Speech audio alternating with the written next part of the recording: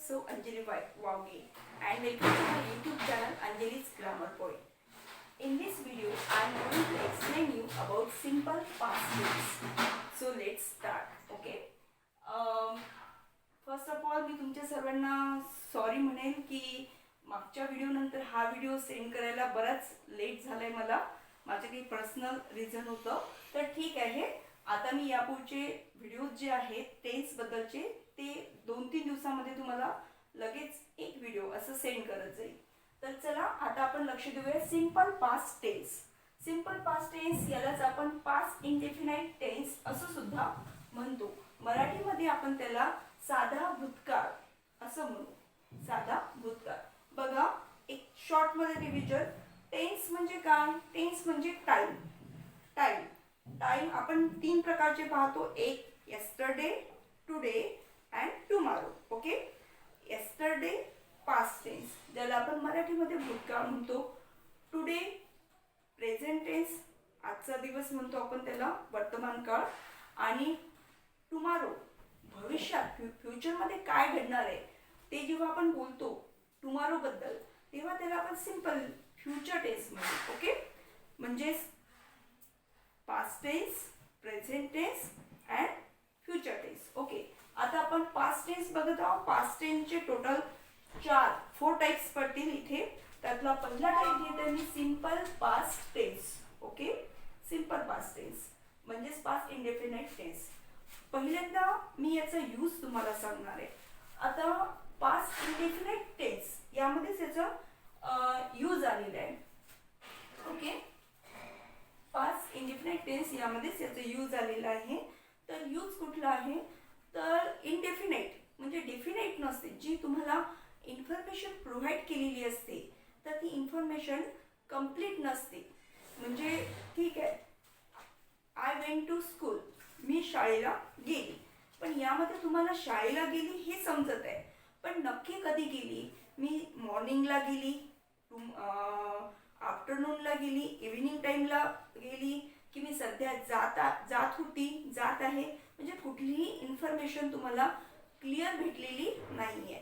म्हणून जी इन्फॉर्मेशन तुम्हाला प्रोव्हाइड केलेली आहे म्हणजे जी इन्फॉर्मेशन प्रोव्हाइड केलेली आहे ते आपल्याला कळते की ती येस्टरडे बद्दल आहे. जी ॲक्शन पास्टमध्ये घडून गेलेली आहे त्याबद्दल ती इन्फॉर्मेशन आहे हे आपल्याला पास्ट टेन्समधून कळते.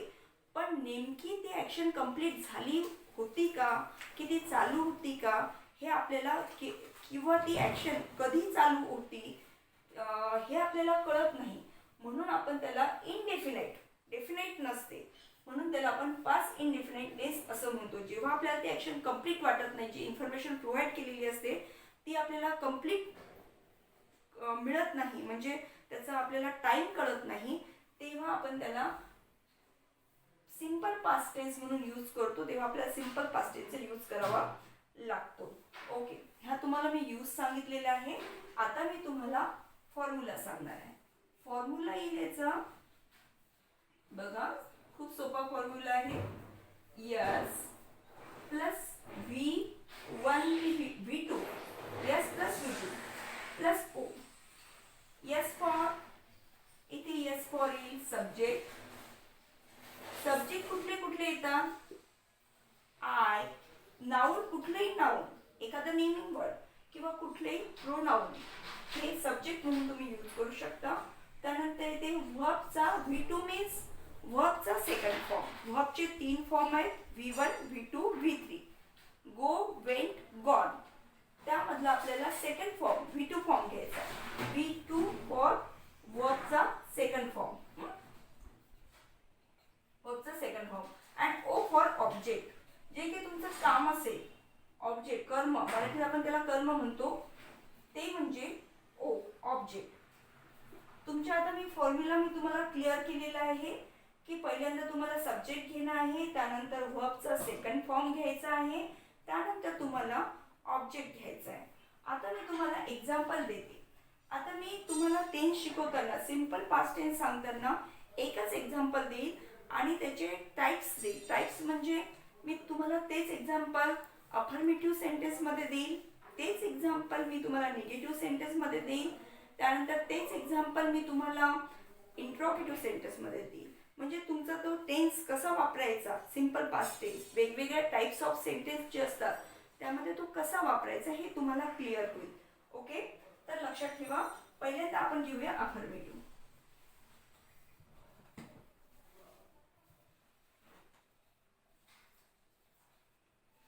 ओके, अफर्मेटिव्ह यालाच आपण असर्टिव्ह सेंटेन्स असं सुद्धा म्हणतो.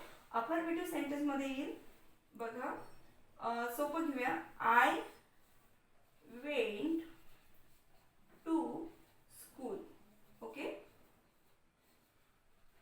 आय वेंट टू स्कूल, मी शाळेला गेली. बघा, मी यूज सांगितला होता की जी इन्फॉर्मेशन प्रोव्हाइड केलेली आहे ती पास्ट ऍक्शन होऊन गेलेली आहे एवढं समजते, पण ती नेमकी कधी झाली, पूर्ण झाली होती का की चालू होती हे आपल्याला कम्प्लिटली कळत नाही. त्यावेळेस आपण past, simple past tense use करतो. इथे बघा, आय वेंट टू स्कूल, मी शाळेला गेली. अरे पण तुम्ही कधी गेल्या होत्या? सकाळला गेल्या होत्या, दुपारला गेल्या होत्या, की मग तुम्ही सध्या जात होत्या? काही इन्फॉर्मेशन कळत आहे का या सेंटेन्स मधून? कम्प्लीट आपल्याला इन्फॉर्मेशन मिळत नाहीये. म्हणून आपण इथे सिंपल पास्ट आहे असं जेव्हा सिच्युएशन असते, ऍक्शन पास्ट मध्ये झालेली आहे पण त्याच्याबद्दल कम्प्लीट इन्फॉर्मेशन मिळत नाहीये की ती कम्प्लीट झाली आहे की नाही, तेव्हा आपण तिथे सिंपल पास्ट टेन्स यूज करतो. आय वेंट टू स्कूल हे झालेलं आहे तुमचं अफर्मेटिव्ह सेंटेन्स. बघा, आता आपण हे फोडून पाहूया, हे सेंटेन्स फोडून पाहूया. आय फॉर सब्जेक्ट, वेंट गेली, गोचा सेकंड फॉर्म आहे म्हणून हे झालेलं आहे V two form, to school. कुठे गेली? वेअर, तर स्कूलला गेली, म्हणजे हा झालेला आहे तुमचा ऑब्जेक्ट. हे झालेलं आहे तुमचं सिंपल पास्ट टेन्सचं अफर्मेटिव्ह टाइप्स, अफर्मेटिव्ह सेंटेन्सचं एक टाइप झालेलं आहे, त्याचं मी एक्झाम्पल दिलेलं आहे. एक्झाम्पल दिले. आता हे अफर्मेटिव्ह सेंटेन्स मधलं होतं. आता हेच एक्झाम्पल मी तुम्हाला निगेटिव्ह सेंटेन्स मध्ये आपल्याला बनवायचं आहे. ओके, बघा निगेटिव्ह सेंटेन्स मध्ये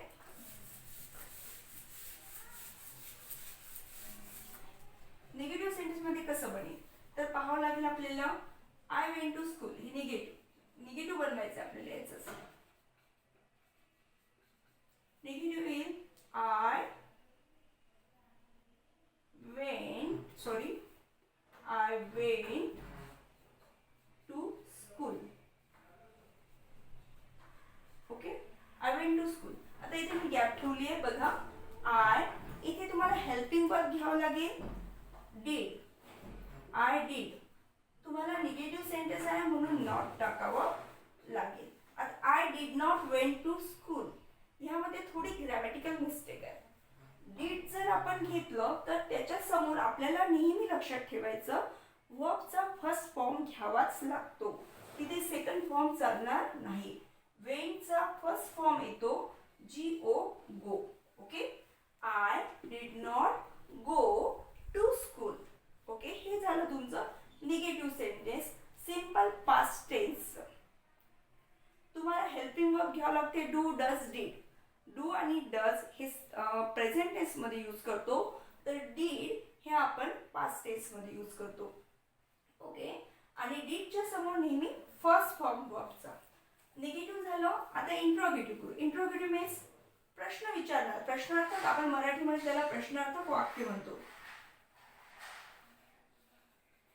ओके, इंट्रोगेटिव्ह सेंटेन्स. मी एकच सेंटेन्स तुम्हाला दिलेला आहे, एकच एक्झाम्पल दिलं सिंपल पास्ट टेन्सचं. तेच एक्झाम्पल मी अफर्मेटिव्ह सेंटेन्स मध्ये तयार केलं, तेच एक्झाम्पल, सेम एक्झाम्पल मी निगेटिव्ह सेंटेन्स मध्ये बनवलं, ते सेम एक्झाम्पल मी इंट्रोगेटिव्ह सेंटेन्स मध्ये बनवत आहे. म्हणजे वेगवेगळ्या टाइप्स ऑफ सेंटेन्स मध्ये सिंपल पास्ट टेन्स कसा वापरायचा ते तुम्हाला क्लिअर होईल. तर बघा, इंट्रोगेटिव्ह सेंटेन्स.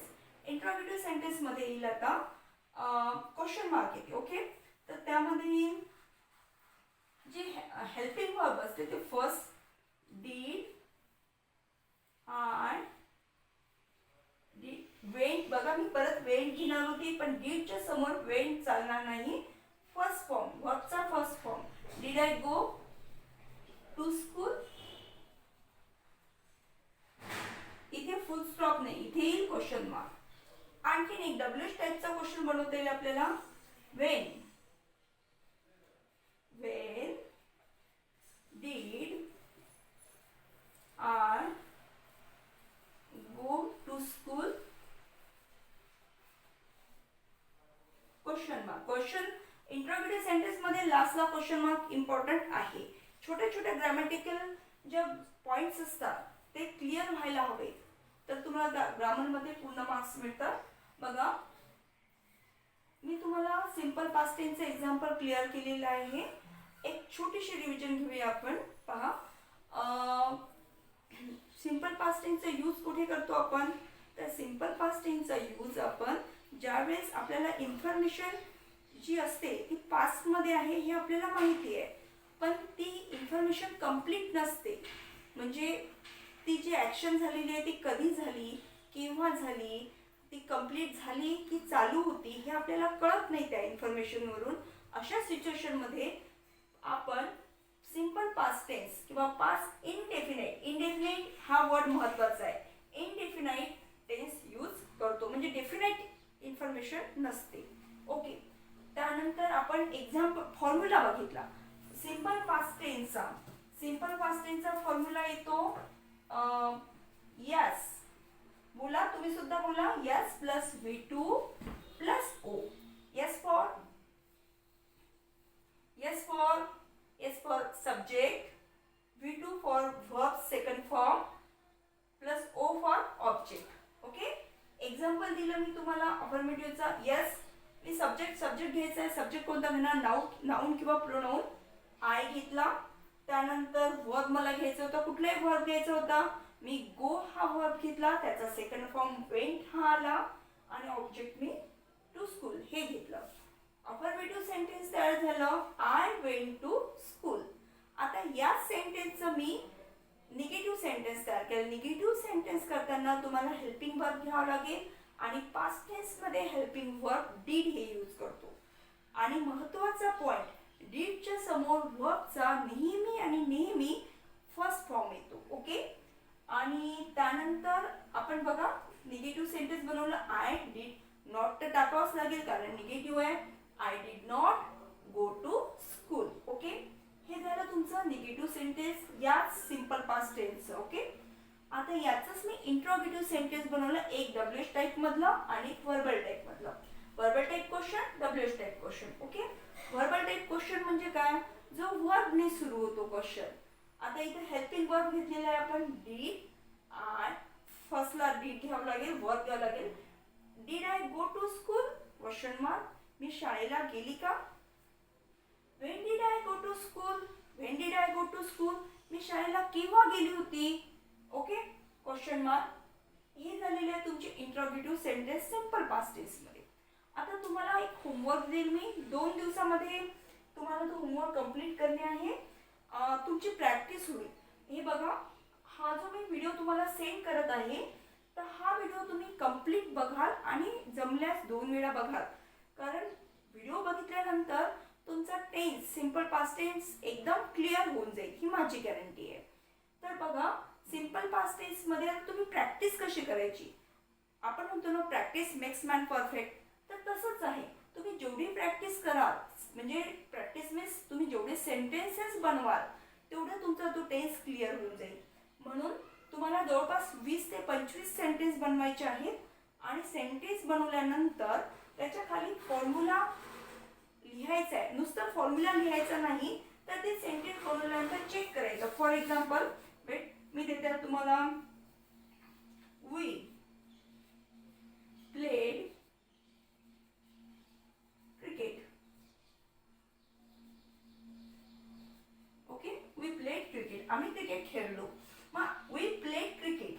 ओके, आता मी हे सेंटेन्स एक तयार केलं, बनवलं. मग मला चेक करायचं, मग मी डायरेक्ट फॉर्म्युला लिहायचं का? मॅम सांगत आहेत की हो फॉर्म्युला लिहायचा, मग तुम्ही लिहून टाकाल S plus V2 plus O. असं नाही करायचं आहे. तुम्हाला स्वतःला चेक करायचं आहे की तुम्ही जो वर्ड लिहिला आहे तो कोण आहे. वी हा वर्ड लिहिला तुम्ही, वी हा कोण आहे? तर या सेंटेन्स मध्ये हा सब्जेक्ट आहे. ओके, प्रोनाउन आहे ना, प्रोनाउन म्हणजे काय? सब्जेक्ट. ओके, प्लेड वर्ब आहे. ओके, वर्ब आहे, पण वर्बचा कुठला फॉर्म आहे? सेकंड फॉर्म आहे. ओके, क्रिकेट ऑब्जेक्ट आहे, कर्म आहे ते. ओके, मग तुमचा फॉर्म्युला तयार झाला. Yes plus